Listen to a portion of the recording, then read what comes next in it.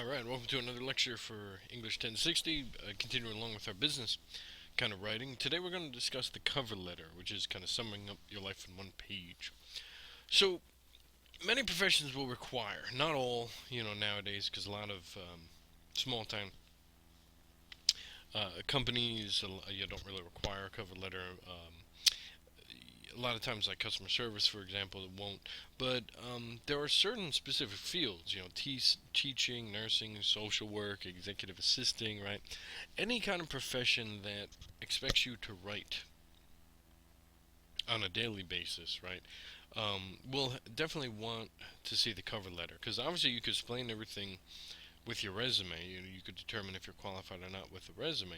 However, the cover letter shows how well you could write. So, as with the academic essay, the cover letter requires kind of clear use of the 3 point formula, right? Yeah, introduction, supporting paragraphs, and conclusion.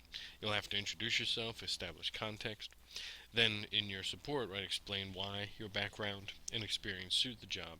And then, of course, in your conclusion, you kind of offer much thanks. It's a much easier way to conclude than an essay. But we're still kind of following the Tolman method, claim, data, warrant, right? You introduce yourself, make a claim, show how you deserve the job, and then, of course, in your conclusion, you'll really just thank you. You'll thank the company for their time. As with the resume, again, you have to research the position you're after. Regardless of the market, free resume posting sites have enormously multiplied the resume pools. It's much more difficult to stand out because even when people aren't qualified for the job, they're going to apply for it.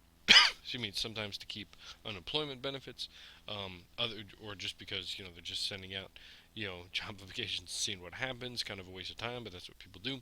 So you really have to know the lingo, right? Know the keywords, know the field. Again, those resume portal sites are very important because again they'll scan your resume. So before writing the cover letter, you need to research, like you should for any kind of research-driven essay. The format will vary by profession. Each profession has a little bit different in terms of heading requirements. But again, this is why we do MLA and APA, and this is why we do formats, because everything in the business world has a specific format to follow, and you don't want to deviate from it. However, you should typically follow the business letter format, which includes the date, then the employer's address, the professional citation, the paragraphs themselves, the concluding remarks, and then some sort of professional closing, right? Sincerely, blank, blank, blank, things like that. And so, basically, most of the time with a cover letter, you just want to follow that business letter. So let's just look visually what's happening. You have two different ideas for the business letter, the semi-block or the block. Again, a lot of people like to use, a sense of symmetry, so they use a semi-block where the white space is not just all on, our right side. Again, you have the heading, which contains the return address, the inside address, where you're sending it to, the greeting, right? And in this case, it's always important to have a colon rather than a comma. That's just, I don't even know where that tradition came from. It's just for whatever reason, the colon is considered a bit more formal. Then the body paragraphs, again, everything's single spaced. You only have just one space between all the sections. And then your closing, and then, of course, your signature line. So, again, just like an essay, right? The text should follow the 3 point structure, as I said. You need to have some sort of thesis or an introduction, so your first paragraph should introduce your experience, make a claim. The second paragraph should relate how your experience will benefit the company, right, which you should, again, extensively research, support. And then the last paragraph should thank the employer for his or her time. So, again, that kind of very cliched but very important way of structuring that conclusion. So this is an example of a cover letter. Again, I changed a few names here, but let's just look at how we have in here. So we have the date up top. We have the address that the person sent it to. We have Dear Mr. Bilbo. Again, note the colon. Then let's look at the first paragraph. I'm writing in response to the March 24th Washington Post advertisement stating your need for a civil engineer or building construction graduate for one of your Washington, D.C. area sites. I will be returning to the Washington area after graduation in May and believe that I have the necessary credentials for this project. Note again, same thing like an essay. We're establishing context in that first paragraph. Again, we're stating, giving the reader context, right, showing that we're responding to a specific ad. And of course, we have a thesis. Now we have a little bit, we have obviously the use of the first person because, again, this is a personal narrative type document. which is different from our essays. But when you look at it, I believe that I have the necessary credentials for this project, right? Specific claim, right? That's what the person has to prove to us. So again, we establish context, we build that kind of, intro, and then we conclude in the last sentence with a thesis, right? And again, you note the language here, where, as in the academic essay, we don't want to say I believe that, right? But here it makes sense because that's what they have to prove, and we also want to sound a little bit less arrogant, right? Instead of saying I have the necessary credentials, right? I believe that I have, right? To sound less abrasive, to sound more polite. Let's look at the first supporting paragraph. So every summer for the last 5 years, I have worked at various levels in the construction industry, as indicated on my enclosed resume. I have worked as a general laborer and moved up to skilled carpentry work. Last summer, I also served as an assistant construction manager on a $2 million residential project. Notice how we have good concrete data like you should for any essay. Again, we have transitions, also as indicated, right? So we're moving smoothly. Note the second paragraph, or like the second supporting paragraph, technically the third paragraph. In addition to this practical experience, note the transition, I will complete requirements for my BS in building construction in May. As you may know, Virginia Tech is one of the few universities in the country that offers such a specialized degree for the construction industry. I am confident that my degree, along with my years of construction industry experience, makes me an excellent candidate for your job. So what's happening here, right? So these are the supporting paragraphs. Again, go back to that Tolman method, right? The data. Paragraph 1 is about experience. Paragraph 2 is about education, right? Again, same ideas for your essays. Each paragraph should have a singular focus. The first paragraph is experience, which makes sense because that's the most important information. And then the second one is education, right? To show, again, that not only does he have practical experience, but, again, he has a very specialized degree from a well-received, world-renowned institution. So, again, we can't just combine these two paragraphs into one, right? We have to separate the ideas.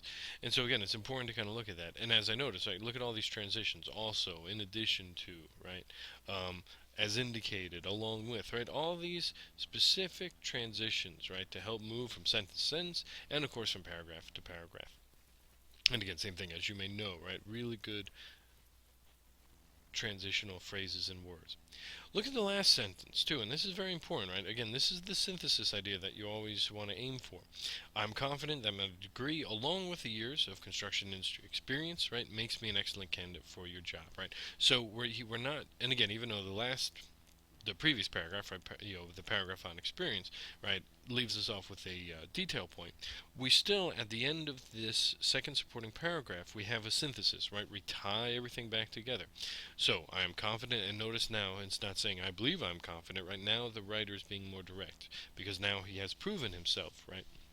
And so we have a direct statement, but we're synthesizing. We're saying the degree, along with the construction industry experience, make me an excellent candidate, right? So we're synthesizing. So again, just like you should be doing for the essay, he's following a specific paragraph structure and specific way of arguing and tying it back to the thesis. And then let's look at the last paragraph. The Anderson Construction Company projects are familiar to me, and my aspiration is to work for a company that has your excellent reputation. Please let me know if I can provide any additional materials. Note how, this paragraph is just fluff in a way, right? I could replace Anderson Construction Company with anything. I could say Sony Films. I could say UNCP, right? I could do anything, right? The whole purpose of this is just to show how he's polite, right? It's important on the job market to show that even if you're a leader, right, you can still, talk very politely, very eloquently, right? And again, it's just a simple paragraph. Then thank you for your time and consideration. Then we have that sincerely. We have the handwritten signature, and then the name, right, of the person sending the letter.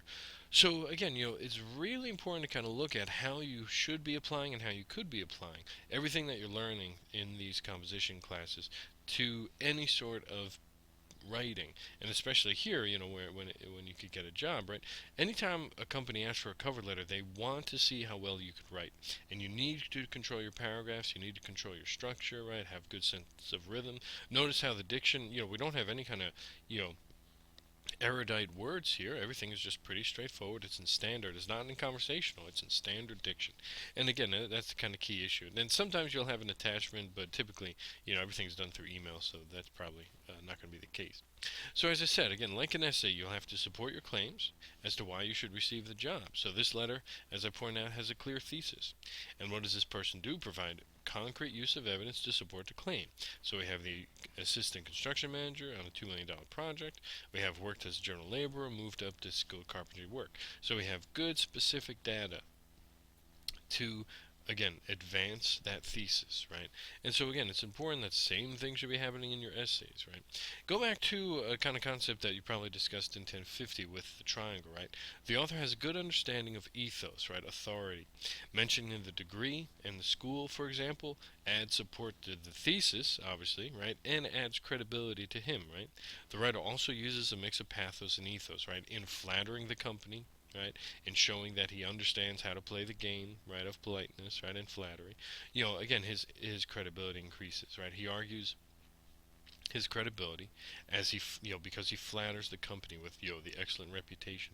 So it just shows that he acknowledges what to do and how to approach business writing and how to sound professional, but also acknowledges that a lot of what we do in the business world is flatter, right? Even when we may not respect certain people, right? You still have that flattery game. So it's important that this person recognizes it. Now, of course, in many of our jobs, right, they will just require an email to act as your cover letter, right? If they're not really concerned about writing, right? If it's just a position that you won't really be writing too much in, right? If it's just maybe data input, data entry, they'll do other tests, right?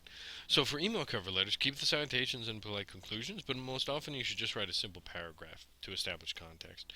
Typically, if you're going to email it, the reader of the email might not even read the resume, right? It might just be an HR person, so you don't need to spend a lot of time wasting time writing the email. So again, what's very important is the subject. Always have a clear subject in the business world. No one's going to open up a mail, especially if it's an outside person, right? No one's going to open up if that subject isn't there. So something like this: Dear HR Manager, again, note to use the colon, right? Good afternoon. After reading the employment opportunities posted via the Intech website, I'm submitting my attached resume for your review. If I can provide you with any additional materials, please let me know. Thank you for your time and consideration. And then the person's contact info.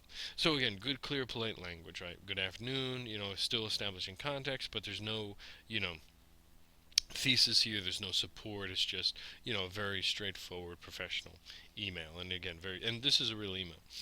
Let's get to another email. What you should not be doing, right? Again, you shouldn't. A lot of times you'll hear advice like, "Oh, you got to stand out on the job market." The way you stand out is actually being smart and being professional. Because most people aren't. So here's a real life example of someone who did not really do well on the job market.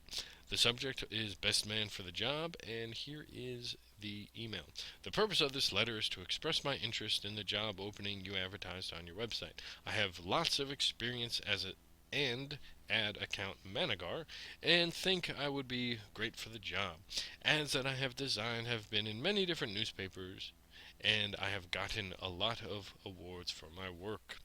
Attached, you will find my resume. Please get back to me about the job. Well, that's rude. And then the contact info. So what this person did, again, trying to just look, I guess, trying to stand out, he just looks like a douche, right? He just looks like a jerk. And again, the fact that the email didn't have proper spelling, the fact that he's demanding, right? Please get back to me, very demanding, right? Rather than, if I could provide any additional materials, please let me know. He's like, get back to me about the job. So again, this person did not, the company that he sent it to did not even contact him back because they just found the email to be insulting, right? And totally unprofessional. And of course, with the misspellings here, very, very unprofessional. And again, the conversational diction, gotten, I have lots, just all this conversational diction doesn't help, and it doesn't reflect well on him, right? He doesn't look like a mature candidate. He doesn't look like a professional candidate. So let's just conclude, right? Despite the automatic templates Word and other programs provide, always be cautious of them, as I warned with the resume. Templates can change depending on what software companies use, and then they're not always accurate, right? Again, you could play around with the format depending on the field you're in.